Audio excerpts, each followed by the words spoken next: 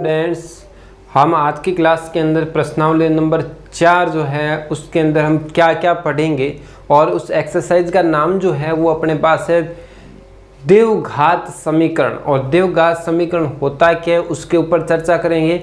और प्रश्नावली नंबर 4 के अंदर संपूर्ण एक्सरसाइज में हम क्या क्या पढ़ेंगे, कैसे कैसे क्वेश्चन हमारे सामने आएंगे, उसकी चर्चा हम आज इस क्लास के अंदर करने वाले हैं। और नेक्स्ट क्लास में अपन 4.1 के क्वेश्चन करेंगे। तो ध्यान से देखिए, सबसे पहला काम हम इस एक्सरसाइज जो है 4, इसका नाम है द्विघात समीकरण। तो द्विघात जो समीकरण होता है वो है क्या, तो मैं आपको छोटी सी एक बात बता दूं कि आप जैसे पिछली क्लास में अपन चले 9th क्लास के अंदर, तो 9th क्लास में हमने एक्सरसाइज जो पढ़ा था उसके अंदर आपने पढ़ा था बहुपद के बारे में, याद आ रहा है। तो बहुपद वाली जो एक्सरसाइज थी उसके अंदर आपने पढ़ा था रैखिक बहुपद, द्विघात बहुपद, त्रिघात, ऐसे पढ़े थे ना। तो उनमें से एक को उठाया इसने, किसको, द्विघात वाले को। वहां बहुपद आ रहा था, यहाँ पर क्या लेंगे, समीकरण लेंगे। समीकरण होता क्या है, जिसमें समता का चिन्ह लगा हो उसे समीकरण कहते हैं, या बराबर का चिन्ह लगा उसे क्या कहते हैं, समीकरण कहते हैं।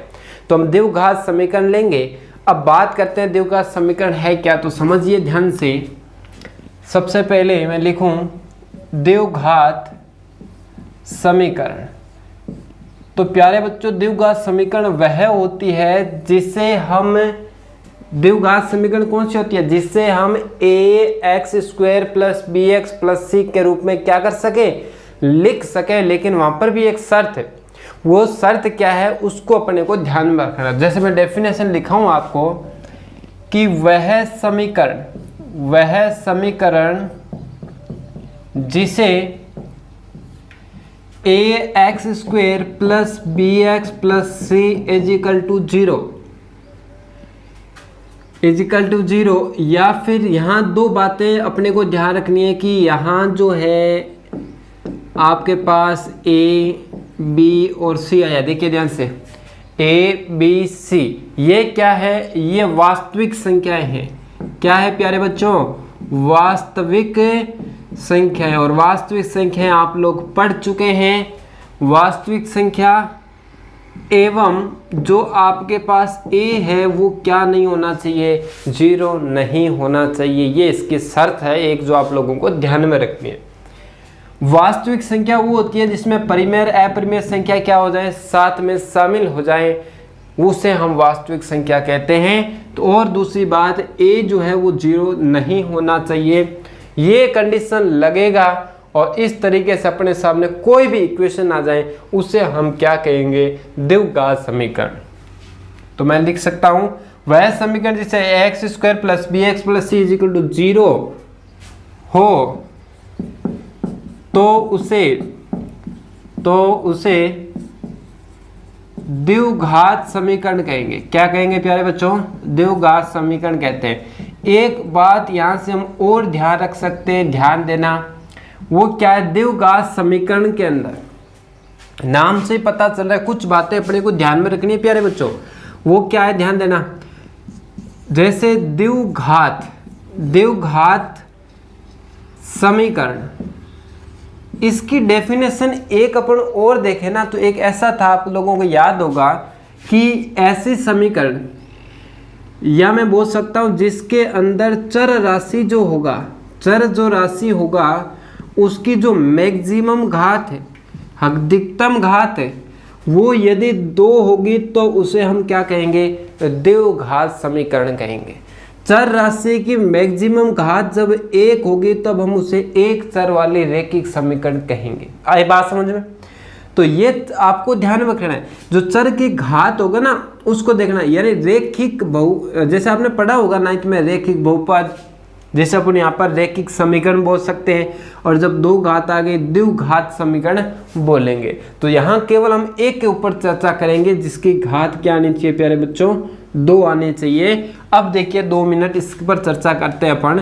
द्विघात का मतलब क्या हो गया प्यारे बच्चों, आप कहोगे सर द्विघात का मतलब तो हो गया 2, क्या हो गया 2, और घात का मतलब हो गया पावर यानी घात, और समीकरण का मतलब हो गया जिसके अंदर समता यानी बराबर का चिन्ह लगा हो उसे हम क्या कहेंगे, समीकरण कहेंगे। यानी ऐसी समीकरण जिसके अंदर घात जो होगी चर राशि की वो 2 होगी, उसे हम क्या कहेंगे, द्विघात समीकरण कहेंगे। और एक बात इंपॉर्टेंट ध्यान रखनी है, इसका जो रूप होगा वो इस रूप में होना चाहिए, ये बात भी अपने को ध्यान में रखनी है। अब देखिए मैं यहाँ से आपको बता दूं कुछ नोट लगा के। तो देखिए प्यारे बच्चों, नोट के अंदर सबसे पहले अपने को ध्यान रखना है कि द्विघात समीकरण का व्यापक जो रूप होगा, अब मैं आपको बता दूं 9th में आप पढ़े थे कि द्विघात बहुपद का व्यापक रूप और उनका मानक रूप पढ़े थे ना, यानी आपको जो पिछली क्लासों में पढ़ चुके हैं उन्हीं से संबंधित बेसिक चल रहा है।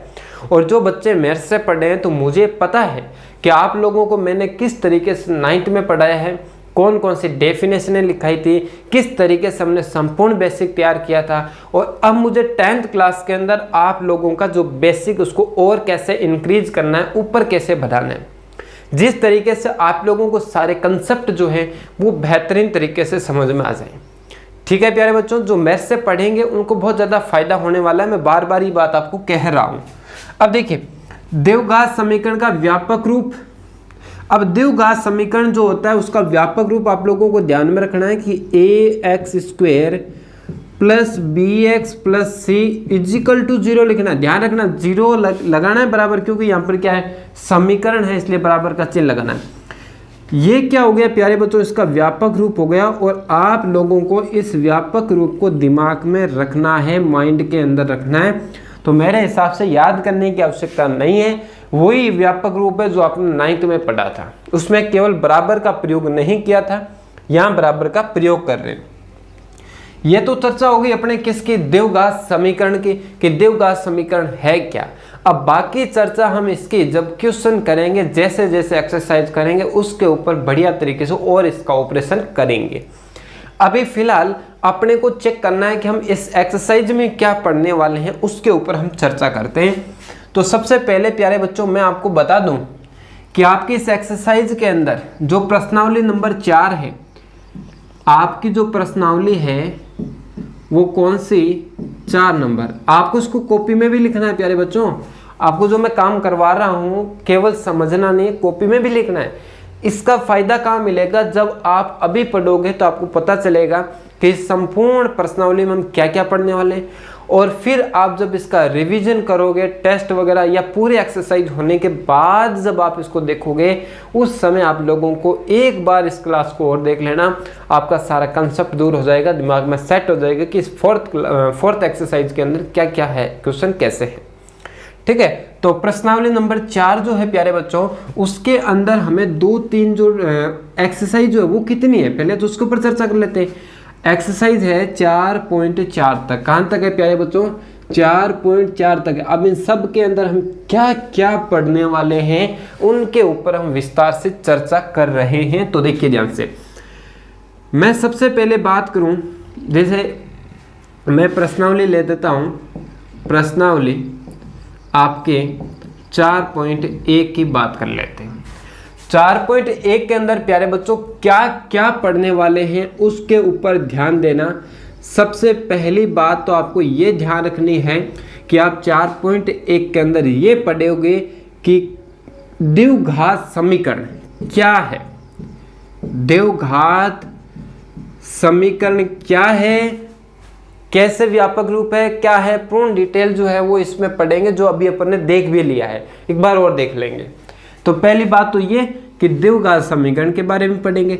दूसरी बात क्या है, दूसरी बात यह है प्यारे बच्चों कि आपको कुछ समीकरणें दे रखी होगी, आपको बताना है कि कौन सी समीकरण द्विघात समीकरण है।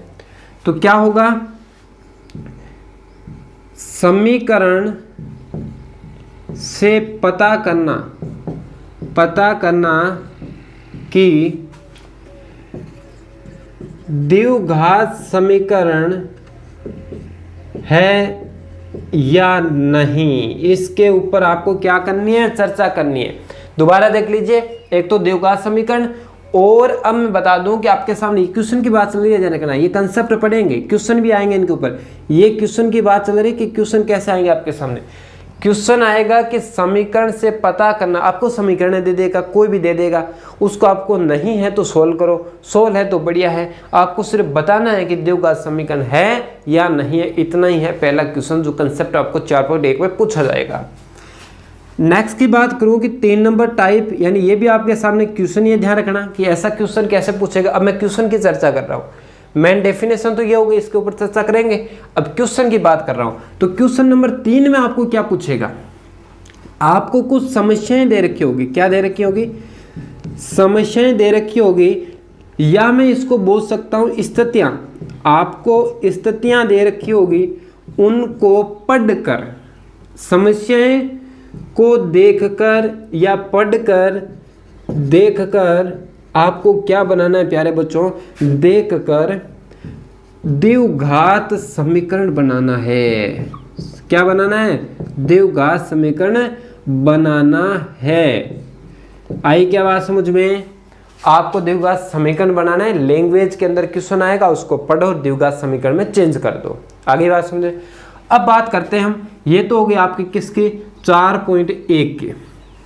अब बात कर लेते हैं प्रश्नावली नंबर 4.2 की। 4.2 के अंदर हम क्या पढ़ेंगे प्यारे बच्चों, उसके ऊपर देखिए ध्यान से। सबसे पहली बात जो हम करेंगे 4.1 के अंदर गुणनखंड विधि क्या है उसके ऊपर चर्चा करेंगे।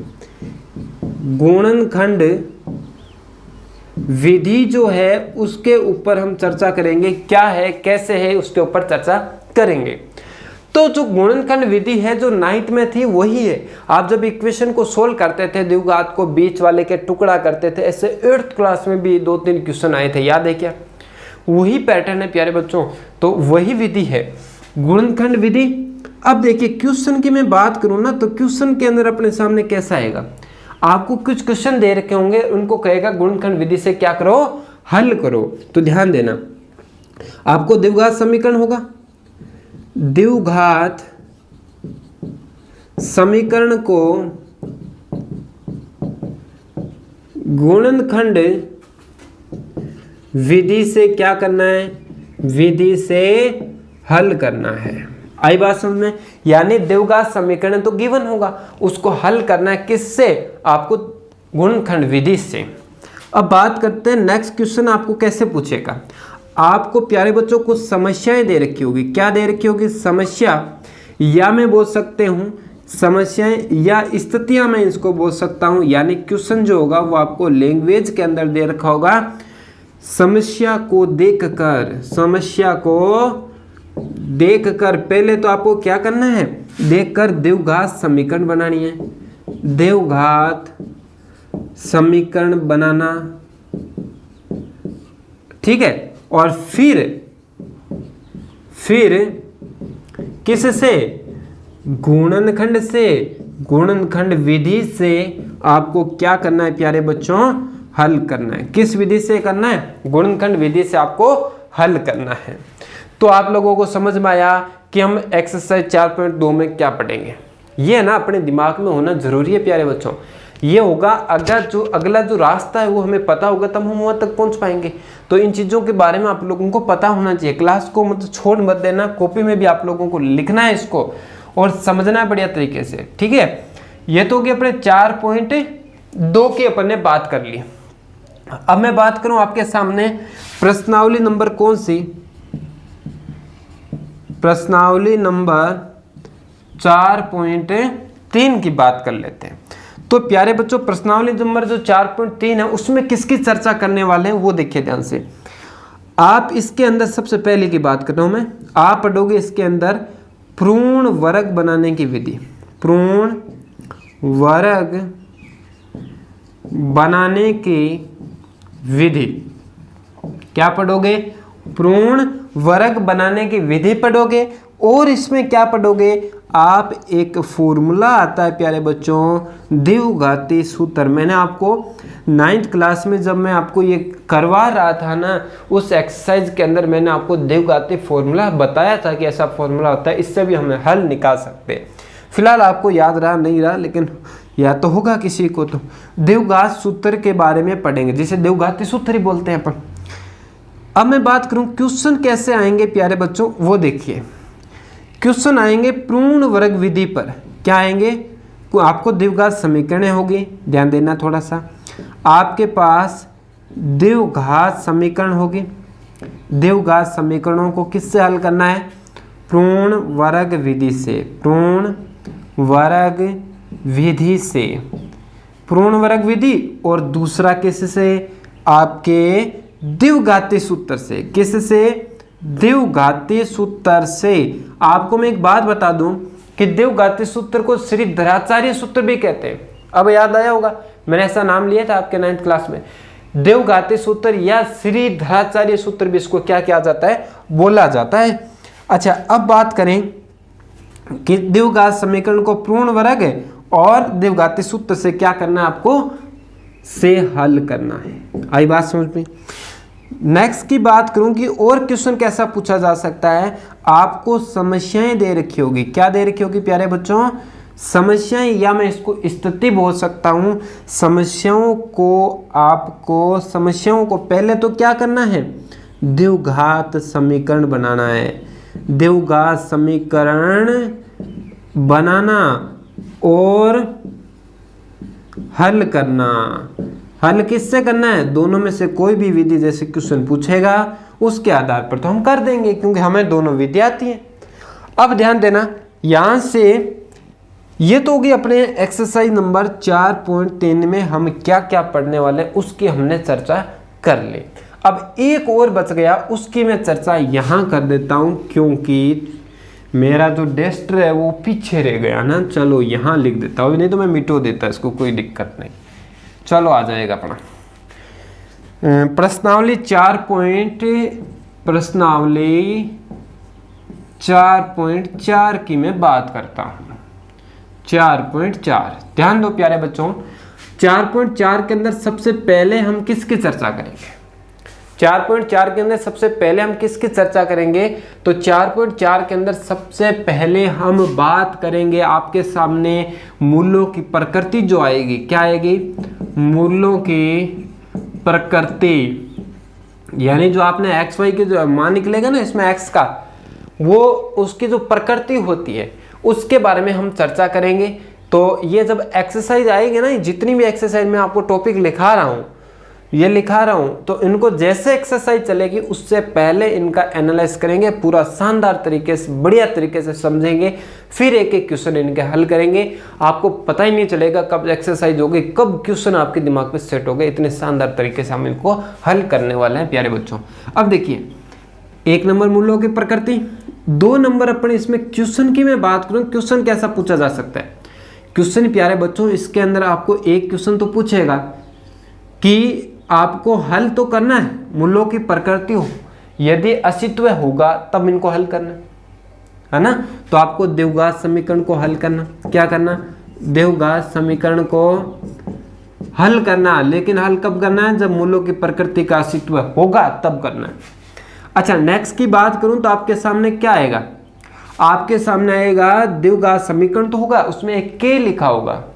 के का मान ज्ञात करना, के का मान ज्ञात करना है, ज्ञात करना, इसके बारे में भी हम चर्चा करेंगे। 9th में पढ़ा होगा आपने, के का मान निकाल देते बहुपद वाली एक्सरसाइज में, याद करो। देखें, अरे क्वेश्चन वही है, वही क्वेश्चन है। यदि आपने वहां, मैंने बहुत बढ़िया तरीके से करवाए भी थे, टेस्ट भी लिए थे, तो मैं उम्मीद करता हूं कि आप लोगों की एक्सरसाइज जैसे कंप्लीट होगा ना, तो उसके बाद आपको 100% एक ना एक क्वेश्चन भी नहीं छूटेगा, आपके सारे तैयार हो जाएंगे। देखना, क्वेश्चन नंबर में 4 की बात करूं ना, तो क्वेश्चन नंबर 4 के नेक्स्ट क्वेश्चन कैसा पूछा जाएगा? तो आपको समस्याएं दे रखी होगी। क्या दे रखी होगी? समस्याएं। समस्याओं को पहले में क्या करना है? द्विघात समीकरण बनाना है, और समीकरण बना के उनका क्या करना है? हल करना है। क्या करना है? हल करना है। आई बात समझ में प्यारे बच्चों?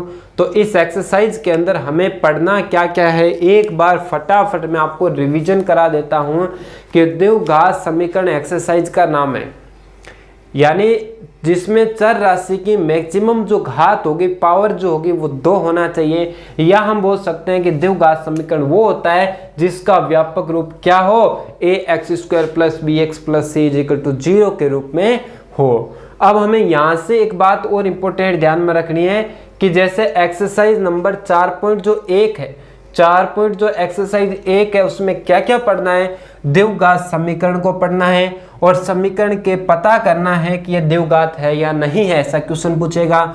समस्या दे रखी होगी, उसको देख के आपको क्या बनाना है, द्विघात समीकरण बनाना है।